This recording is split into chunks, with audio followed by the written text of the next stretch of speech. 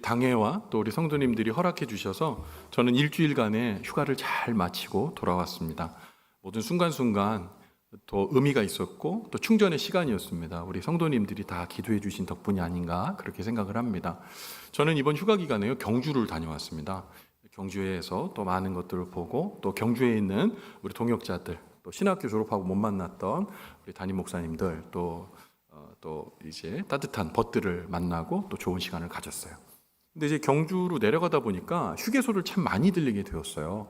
그런데 우리 교회 그 남자 화장실에도 마찬가지인데 이게 소변기 위에 이렇게 선반이 있거든요. 근데 어떤 휴게소를 가니까 그 소변기에 선반이 있더라고요.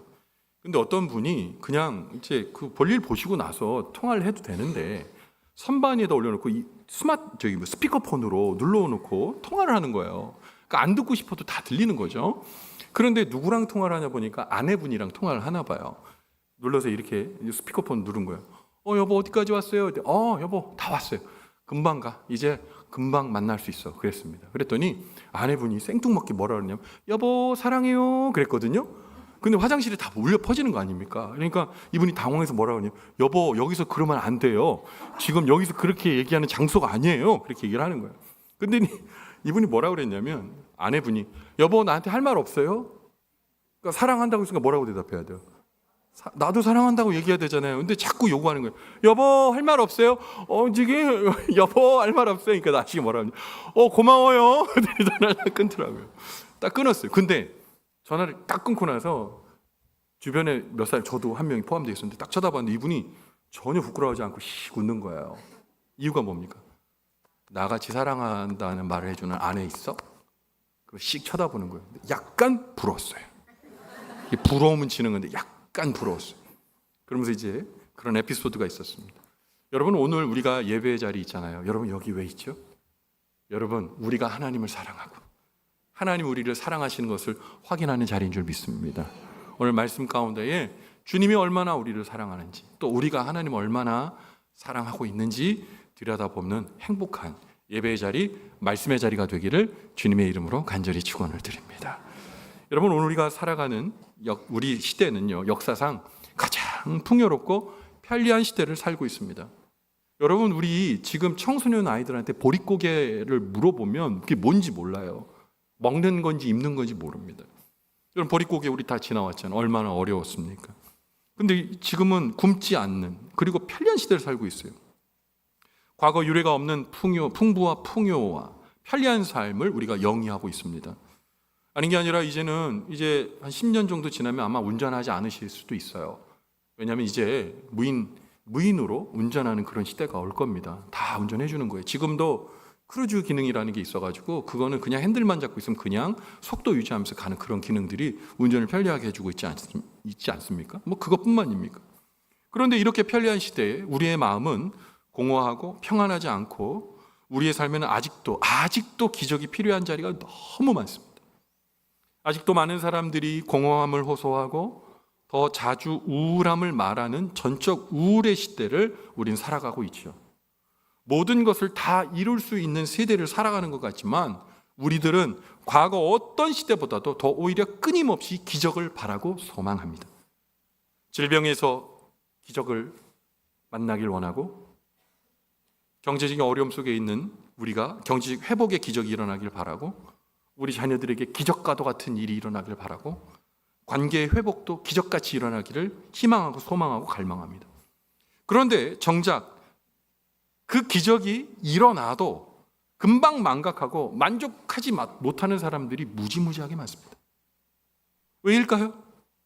오늘 본문의 말씀은 이 질문에 대한 해답을 우리에게 제공해 주고 있습니다. 오늘 예수님께서는 예루살렘으로 가시는 도중에 사마리아와 갈릴리 사이의 한 마을을 지나고 계셨습니다. 그런데 그곳에 예수님께서 사람들을 만나는데 그 사람들 중에 10명의 나병 환자들이 있었습니다. 그 마을에 10명의 나병 환자들이 예수님을 딱 기다리고 있었어요. 이윽고 예수님께서 그들의 앞을 지나가시자 그들은 조금 기다렸다가 예수님 멀찍하게 떨어지게 되자 멀리서 누구라고도 할 것 없이 동시에 예수님을 향해 간절히 외칩니다. 예수님! 예수님 외칩니다. 예수 선생님! 하고 간절한 소리로 외칩니다. 여러분, 그들은 왜 예수님을 간절한 목소리로 불렀을까요? 그리고 그 순간들은 어떠한 상황들이 있었을까요? 오늘 본문의 말씀인 누가복음 17장 11절부터 13절 말씀을 통해 우리는 이해할 수 있습니다. 우리 같이 한번 누가복음 17장 11절부터 13절 말씀 읽어봅니다. 시작. 예수께서 예루살렘으로 가실 때에 사마리아와 갈릴리 사이로 지나가시다가 한 마을에 들어가시니 나병 환자 10명이 예수를 만나 멀리 서서 소리 높여 이르되 예수 선생님이여 우리를 불쌍히 여기소서 하거늘. 아멘. 오늘 10명의 나병 환자들은 예수님이 멀리 떨어진 곳에서 예수님이 그들을 바라봐 줄 것을 간절히 소망하며 예수 선생님 하고 외칩니다. 여러분, 왜 멀리서 그들은 예수님께 소리를 쳤을까요? 왜 외쳤을까요? 그냥 예수님께 가까이 다가가서 부드럽게 예수님 제가 할 말이 있으니까 잠깐 저랑 이야기하실 수 있을까요? 라고 말 걸어도 되지 않았을까요? 여러분, 그런데 그렇게 멀리서 예수님을 불렀던 데는 분명한 이유가 있겠죠. 당시 유대 율법에 의하면, 특별히 정결법에 의하면 부정한 나병 환자들이 온전한 사람을 향해 가까이 다가가게 되면 돌로 쳐 죽여도 상관이 없었습니다. 정결법에 아무런 문제가 되지 않았어요. 오히려 나병 환자들이 자신의 위치를 얘기하면서 절대로 피해가게 하도록 해야 돼요.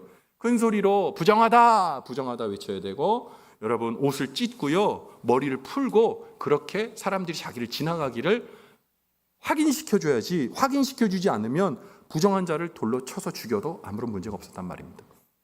그렇기 때문에 10명의 나병 환자들이, 그 군중들이 많이 있었을 거 아니에요. 예수님을 보러 여러분 인산인해를 이뤘던 적이 한두 번이 아닙니다. 이날도 마찬가지죠. 그곳에는 나병 환자 10명쯤은 쉽게 처리할 수 있는 군중들이 대단히 많았습니다. 그렇기 때문에 멀리 서서 예수님께 소리로 자신의 위치를 확인시켜 준 거죠. 예수 선생님, 예수 선생님. 근데 그들에게 예수님은 선생님이었습니다. 간절히 자기들을 주목해 줄 것을 바랬죠. 나병 환자들의 간절한 외침에는 어떤 이유가 있을까요? 왜 예수님을 불러요? 예수님께서 그들의 병을 낫게 해 주시기를 원하는 사무치는 간절함이 있었던 거죠. 그들은 온 힘을 다해 예수님께서 자신들에게 관심 가져주기를 간절히 바란 겁니다. 그리고 소망한 겁니다. 그리고 병 낫기를 원한 거죠. 그러한 그들의 온 힘을 다한 외침은 어떤 결과를 이루게 되었을까요? 예수님께서는 멀리 들려오는 10명의 나병 환자의 외침을 듣고 어떻게 반응하셨을까요? 오늘 누가복음 17장 14절의 말씀에 그 답이 기록되어 있습니다. 같이 읽어봅니다. 시작. 보시고 이르시되 가서 제사장들에게 너희 몸을 보이라 하셨더니 그들이 가다가 깨끗함을 받은지라. 아멘. 여러분, 여기서 먼저 주목하셔야 될 단어가 있어요. 보시고입니다. 예수님께서 그들을 보시고 인격으로 보신 거예요. 나병 환자들은 인격이라는 게 존재하지 않았다고 생각해요. 나병 환자들은요, 날 때부터 저주받은 사람들이에요. 이런 사람들은 지옥의 자식입니다. 가까이 가면 안 돼요. 근데 예수님께서 가까이 가시는 거예요. 보시고, 그의 아픔을 보시고, 그의 어려움을 보시고, 그의 눈물을 보시고, 그의 안타까움을 보시고 공감해 주시는 거예요. 예수님이 그 아픔을 공감하시고 말씀하십니다. 가라, 제사장들에게 너희 몸을 보이라 라고 말씀하셨어요. 여러분, 그런데 예수님께서 나병 환자를 보시고 그리고 그의 아픔들을 읽어주시고 내 병이 나았다라고 하는 게 더 맞지 않을까요? 예수님께서 갑자기 가서 제사장에게 너희 몸을 보이라는 거예요. 여러분, 이 말에 조금 이상하게 생각들지 않으세요? 고개가 갸우뚱거리지 않으십니까? 예수님께서 병증을 보시고 뭐 시술을 하시든지 뭐 만지드시든지 뭐 안수하시든지 뭐 이런 거 하나도 하지 않으시고 가라, 그리고 제사장에게 내 몸을 보이라고 말씀하셨다는 겁니다. 나병 환자에게 치유를 하실 수 없어서 제사장에게 떠맡긴 겁니까? 아니요. 당시에는 이 부정법에 근거한 이 나병은요, 의사가 고치는 병이 아니에요. 영적인 문제란 말입니다. 그렇기 때문에 의사가 완전히 나았습니다. 아무런 이 병이 나았음을 선포하는 근거가 되지 못했어요. 제사장이 보고 깨끗해졌다라고 해야 끝나는 거예요. 그래서 예수님께서는 가서 제사장에게 몸을 보이라는 말은 뭡니까? 나았단 얘기예요. 가서 확인받으라는 얘기입니다. 그런데 여러분, 만약에 여러분이라면 어떻게 하셨겠어요? 가서 예수님이 제사장에 가서 몸을 보이라고 했단 말이죠. 이게 선뜻 믿어지십니까? 제사장에게 가서 내 몸을 보여서 확인받는다. 만약에 병이 안 나았으면 어떻게 해요? 그런데 정말 놀랍게도 오늘 본문에 10명 모두 동시에, 오늘 본문에 보면 뭐라고 그러냐, 그들이 가다가 이렇게 되어 있어요. 그들이 예수님의 말씀을 듣고 움직였다고요. 여러분, 믿음은요, 행동으로 옮기는 것인 줄 믿으시기 바랍니다. 여러분, 나음을 믿은 거예요. 그리고 합당한 행동을 하라 했을 때 나병 환자들은 움직인 겁니다. 제사장을 통해 진단받아 확증할 수 있도록 그 몸을 보이려고 진짜 움직인 거죠. 예수님의 말씀, 이제 너희들이 이 시간부로 치유되었으니 제사장에게 가서 확인받으라고 선언하신 그 말씀에 움직였습니다. 의아하게 이 말씀을 듣고 움직이지도 않았을 수도 있었을 텐데, 놀랍게도 그들이 울사불란하게 예수님의 말씀을 믿고 그 제사장에게 가서 몸을 보이러 가는 도중에 나병이 나아버린 겁니다. 믿음을 통해 나병에서 해방된 거죠. 예수님의 말씀을 믿고 순종한 나병 환자들은 나병에서 이제 구원받은 겁니다. 그들이 나병에서 해방되고 치유를 경험하게 된 것, 제사장에게 닿았을 때가 아니라 예수님의 말씀에 순종하고 믿음으로 걸어가는 도중에 일이 일어나는 거죠. 우리가 이 대목에서 마음에 새겨야 될 것, 믿음은, 잘 들으세요, 믿음은 감정이 아니라 행동입니다. 믿음은 의향이 아니라 행동입니다. 이런 믿음의 바른 태도에 대해 히브리서 11장 6절이 이야기하고 있어요. 다시 한번 읽어볼까요? 히브리서 11장 6절입니다. 시작. 믿음이 없이는 하나님을 기쁘시게 하지 못하나니 하나님께 나아가는 자는 반드시 그가 계신 것과 또한 그가 자기를 찾는 자들에게 상 주시는 이심을 믿어야 할지니라. 아멘. 믿음이 없이 하나님을 기쁘게 할 수 있어요, 없어요? 없습니다. 하나님께 나아가야 돼요, 나가지 말아야 돼요? 나아가야 돼요. 하나님께 믿음으로 나아갈 때 반드시 주님께서 일하시는 거죠. 많은 이들이 주님께서 베풀어 주시는 응답을 경험하기를 원합니다. 치유, 회복, 성공, 구원 등 우리는 예수님께 기도하면서 응답받기를 원합니다. 하지만 이러한 예수님께서 베풀어 주시는 응답과 기적은 주님의 말씀을 믿고 그 말씀을 따라 걸을 때 주어지는 거예요. 여러분, 머무르지 말고 걸어야 합니다. 하나님이 하셨음을 믿고 자녀 맡기는 거예요. 하나님이 하셨을 줄 믿고 여러분 치유를 선포해야 되는 거예요. 하나님이 하실 줄 믿고 여러분 어려운 난관 속에서도 뚜벅뚜벅 걸어가야 되는 거예요. 여러분, 순종의 발걸음을 내디딜 때 하나님의 기적과 응답은 이미 시작됨을 믿으시기 바랍니다. 오늘 본문의 말씀은 예수님의 말씀을 믿고 행함으로 기적을 경험한 이 기특한 10명의 나병 환자들의 행복한 기적의 경험으로 아름답게 마무리되면 딱 좋을 것 같아요. 근데 본문이 안 끝나요. 갑자기 드라마틱한 극적인 반전이 있습니다. 오늘의 본문의 말씀은 여기서 끝나지 않습니다. 치유의 기적을 경험한 10명 중에 한 사람만 예수님께 돌아오는 장면을 오늘 성경은 기록하고 있어요. 오늘 이야기는 극적인 반전이 전개됩니다. 그 장면을 오늘 본문의 말씀인 누가복음 17장 15절부터 16절 말씀에 기록하고 있어요. 같이 읽어봅니다. 시작. 그 중에 한 사람이 자기가 나은 것을 보고 큰 소리로 하나님께 영광을 돌리며 돌아와 예수의 발 아래 엎드려 감사하니 그는 사마리아 사람이라. 아멘. 10명의 나병 환자 중 한 명이 하나님께 영광을 돌리며 돌아와 하나님의 아들이신 예수의 발 앞에 엎드려 감사하며 하나님의 아들이신 예수님 앞에 엎드린 장면이 있어요. 사마리아 사람이 말이죠. 10명이 똑같이 불렀던 예수님에 대한 호칭 뭐예요? 선생님. 예수 선생님 이라 불렀습니다. 이게 뭘까요? 나보다 한층 더 나은 능력을 갖고 있는 분이라는 고백 같아요.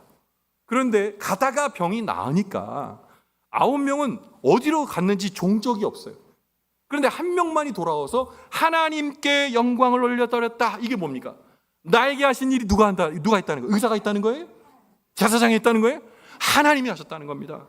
하나님이 하셨고 내 발 앞에 있는 지금 내 앞에 계신 이 예수님은 누굽니까? 하나님의 아들이라는 거예요. 하나님이시라는 겁니다. 여러분, 약관 33세의 청년인 예수 앞에 나병 환자가 엎드려 경배할 이유가 있을까요? 당시에 경배라는 것은 왕에게나 하는 거예요. 예수님을 왕으로 본 겁니다. 그래서 예수님께 이 모든 치유를 허락하신 하나님의 아들이신 예수님 앞에 지금 경배하며 예배드리고 있는 거예요. 그런데 이 사람이 누굽니까? 사람들이 천대하는 사마리아 사람들이었어요. 사마리아 사람들과 남유다 사람들 똑같은 동족 히브리인입니다. 그런데 이 나라가 망할 때 북이스라엘과 남유다로 나뉘어졌을 때 북이스라엘 사람들이 아수르에게 망했어요. 근데 아수르는 정책상 뭘 했냐면 혼혈 정책을 했습니다. 아수르 사람들의 히브리 사람 막 잡아가지고 결혼시켰어요. 피가 섞였죠. 여러분, 이게 본인들이 원해서 한 거예요. 지배자들의 정책 때문에, 지배자들의 억압 때문에 어쩔 수 없이 없는 거예요. 그런데 뭐냐, 더러운 피, 이방인, 이렇게 얘기했습니다. 그래서 유대 사람들이 사마리아 사람 이방인으로 간주했어요. 그런데 사마리아 사람들 이방인으로 간주했다는 건 무슨 얘기예요? 무슨 얘기냐? 이방인들과 사마리아인들은요, 지옥의 땔감이라 그랬어요. 회생불능, 구원불능이에요. 지옥에서는 목숨을, 이제 우리가 이 땅에서 다 살고 이제 별세하잖아요. 그러면 용도가 지옥의 불을 계속 지피는 땔감 용도로밖에 사용되지 않는 사람이 사마리아 사람이에요. 근데 지금 예수님 앞에 엎드린 그 사람, 회복불능, 구원불능의 사마리아 사람들이었다. 여러분, 예수님은 돌아온 그를 향해 뭐라고 얘기하셨을까요? 안타까운 이야기를 하십니다. 안타까운 마음을 전하세요. 오늘 누가복음 17장 17절부터 18절 말씀입니다. 같이 읽어볼게요. 예수께서 대답하시되, 시작. 예수께서 대답하여 이르시되, 10사람이 다 깨끗함을 받지 아니하였느냐? 그 9은 어디 있느냐? 이 이방인 외에는 하나님께 영광을 돌리러 돌아온 자가 없느냐 하시고, 예수님께서는 유대 사회에서 이방인이라고 불리며 하나님의 구원밖에 있는 회복불능의 구원의 사람, 이 사마리아 사람만이 하나님, 예수님의 진면목으로 알고 하나님께 영광을 올려드렸다는 거예요. 멸시, 천대 사람들의 손가락질 받았던 그 사람만이 예수님을 구주로 믿었다. 나머지 9명은 뭡니까? 선생님이라고 예수님을 존대하긴 했지만 병이 나으니까 도망가 버린 거예요. 예수님께 영광을 돌리며 감사한 이 사마리아 사람에게 예수님께서 뭐라고 말씀하셨을까요? 오늘 본문의 핵심 중에 핵심이 오늘 꼭 기억하셔야 될 말씀이죠. 누가복음 17장 19절의 말씀입니다. 같이 읽어볼게요. 시작. 그에게 이르시되, 일어나 가라, 내 믿음이 너를 구원하였느니라 하시더라. 아멘.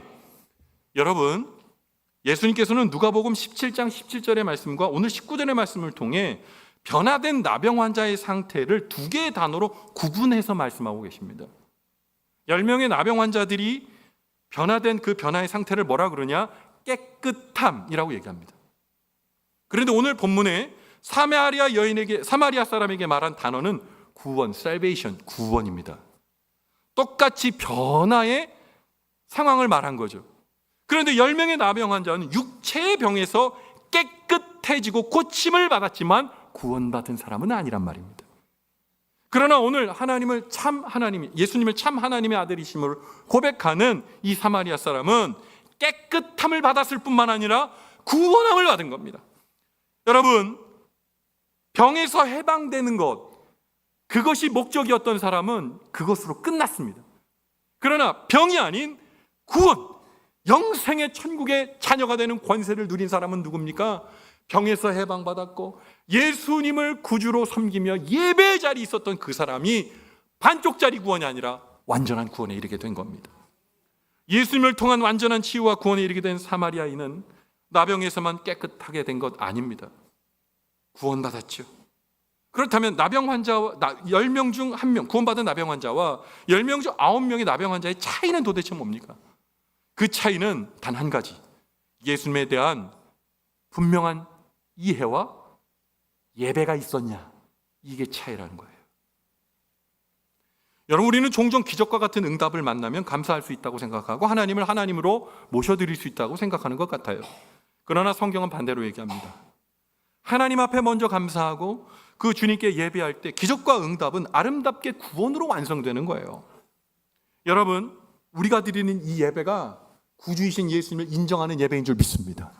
여러분, 이 자리를 통해 우리는 깨끗함을 받음과 동시에 구원을 누리는 완전한 구원의 자리에 있게 됨을 믿으시기 바랍니다. 근데 우리가 자꾸 까먹는 거예요.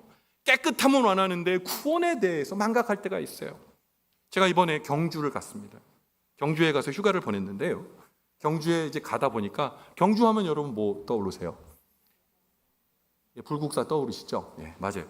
경주에 가보니까 황리단길이라는 데가 있더라고요. 그거 가봤는데 문구 하나 있어요. 자파상인데 거기에 이제 경주 기념품 막 다 파는 거예요. 근데 이렇게 써 있습니다. 여러분 안에는 여러분의 인생 가운데에 경주가 한 페이지로 자리매김하고 있다는 거 아십니까? 그렇죠. 우리 다 수학여행 갔으니까. 경주가 그런 의미가 있다는 거죠. 근데 경주를 가면서 저도 수학여행을 떠올리면서 여러분도 어떻게 수학여행 하실지 모르겠지만 경주 갔을 때 불국사, 다보탑, 석가탑 보고요. 그리고 뭐 천마총보 그랬던 기억이 있어요. 그래서 한번 가봤어요. 불국사를 갔더니요. 여러분 다보탑 있잖아요. 다보탑 보고 와 다보탑이다 이렇게 말하는 사람 거의 없어요. 야 10원짜리다 뭐 다 이렇게 얘기를 하는 거예요. 10원짜리에 다보탑 있으니까 그 옆에 석가탑 있고. 근데 놀라웠던 게 뭐냐면 불국사 대웅전에 이 다보탑과 석가탑이 있고요. 그 주변에 뭐가 있냐? 발원문이 있어요. 연등 문양에 연꽃 문양에 그 문양에 자기 기도 제목을 적는 거예요. 하얀 기도 제목을 적습니다. 대웅전을 하얗게 물들였어요. 비가 내리는 것처럼 새까매요. 근데 궁금해서 가서 봤어요. 뭐 적었는지. 거기 보니까 제목이에요. 우리 가족 모두 건강, 무탈, 승승장구, 자녀의 건강, 자녀의 회복 뭐 이렇게 돼 있어요. 근데 제일 재밌었던 게 주소도 다 적혀 있거든요. 왜 이렇게 서대문이랑 우리 동네 사는 사람들 왜 이렇게 많이 간 거야? 근데 거기에 또 이렇게 적혀 있어요. 사업 번창 가로 열고 6개월 안에 6개월 안에 사업 번창을 원하는 게 있더라고요.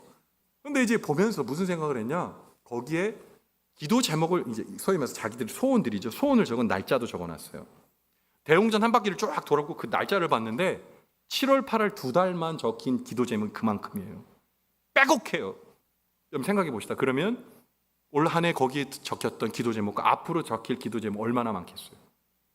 그리고 누대에 계속 누적됐던 기도 제목 얼마나 많았겠어요? 그 사람들은 뭐 원한 게 뭡니까? 부처의 공덕을 통해 내가 행복해지길 원한다는 거예요. 여러분 그런데 사람들이 참 재밌죠? 대상이 누구든 상관없어요. 그 사람이 부처든 그분이 예수님이든 그분이 알라든 나를 행복하게 해주고 내 삶에 다른 좋은 것들 주면 대상은 상관없는 거예요.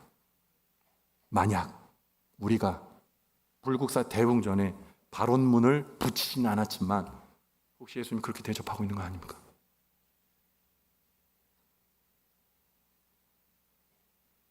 예수님은 그저 병을 고쳐주는 내 삶을 안락하게 만들어주는 능력자 아닙니다.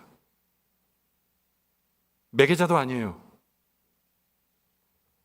예수님은 하나님의 아들로서 경배받으시기 합당한 분이시고 당신이 십자가를 주심으로 말미암아 죽을 수밖에 없는 우리를 구원하신 하나님의 아들이시며 구세주인 줄 믿으시기 바랍니다. 그래서 오늘 본문에 보면 그래서 더 귀한 거예요. 그 10명 중 한 사람은 예수님께 돌아왔고 감격적으로 주님께 감사하며 엎드려 예배하고 경배합니다. 반쪽짜리가 아니고 완전한 구원의 자리에 있었던 거예요. 여러분 오늘 우리 예배가 반쪽짜리 예배가 되지 않았으면 좋겠습니다. 우리가 하나님께 원하는 것이 반쪽짜리 구원이 아니었으면 좋겠습니다. 단지 깨끗함만이 아니라 구원받는 사람, 아니 구원을 이룬 사람, 오늘 이 말씀 듣는 저와 여러분 되시길 간절히 바랍니다. 여러분 오늘 우리는 10명 중 하나입니까? 아니면 10명 중 9입니까? 어떤 이는 기도한 대로 응답받고 질병에서 회복되고 문제에서도 벗어나는 경우가 있습니다. 그러나 그 이유 어떻습니까? 우리는 예수님께로 돌아갔습니까? 감사하며 예배했습니까? 나의 삶의 역사하시며 응답해 주시는 주님 앞에 엎드려 그 자리를 유지했습니까? 혹시 떠나지는 않으셨습니까? 반복적으로 내 취향과 내가 원하는 구원의 자리에 있을 때 오히려 하나님을 잊어버리고 내 자리로 돌아가지 않았나요? 현재 사회는 효율성과 실효성을 중요시합니다. 그래서 사람들은 종종 하나님을 그리고 예수님을 문제 해결사, 나 여러 가지 문제에 대한 응답 자판기로 이해하려고 할 때가 많습니다. 그래야 편하거든요. 문제가 해결되면 하나님을 잊습니다. 예수님을 떠납니다. 필요할 땐 간절히 기도하지만 응답받으면 다시 바쁜 일상으로 돌아갑니다. 이러한 태도는 9명의 나병 환자와 다르지 않지 않습니까? 하나님은 우리의 삶 속으로 들어오시기 원하십니다.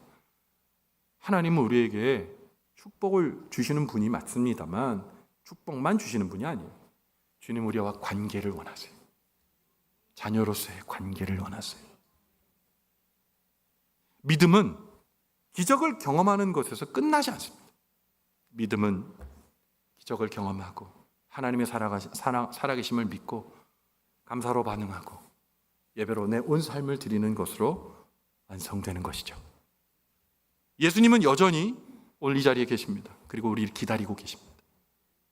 고침받은 이들, 응답받은 이들, 축복을 누린 이들이 돌아와 진정한 예배자가 되기를 오늘도 간절히 기다리시는 거죠.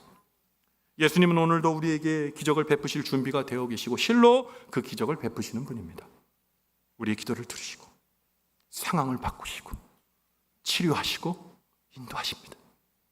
그러나 진정한 기적은 예배로 마무리되어야 합니다. 그분에 대한 고백으로, 절절한 고백으로 완성되어야 합니다. 그래야 영혼이 살아나고 구원은 완성되고 하나님의 은혜가 우리를 붙드시는 거죠. 저는 오늘 이 말씀을 함께 나누면서 찬양이 떠올랐어요. 예수 예수라는 찬양입니다. 이 찬양에 이렇게 고백해요. 그가 어떤 사람이든 그는 구원 얻으리. 우리가 어떤 사람이든 상관없어요. 우리가 그 예수님을 구주로 믿고 그 주님께 우리를 의탁하면 그가 어떤 사람이든 상관없어요. 내가 구원을 얻었느니라.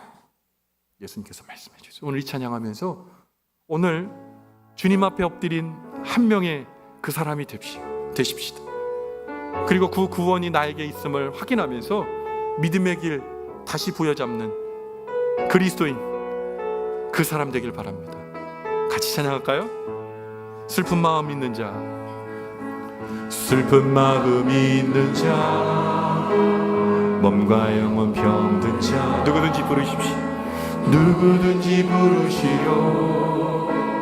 예수 이름 부르시오. 그 이름 믿는 사람, 그 이름을 믿는 자, 그 이름 부르는 사람, 그 이름을 부르는 자, 그가 어떤 사람이든, 그가 어떤 사람이든 그는 구원 얻. 한 번 더요. 슬픈 마음 있는 사람, 슬픈 마음이 있는 자, 몸과 영혼 병든 자, 누구든지 부르시오.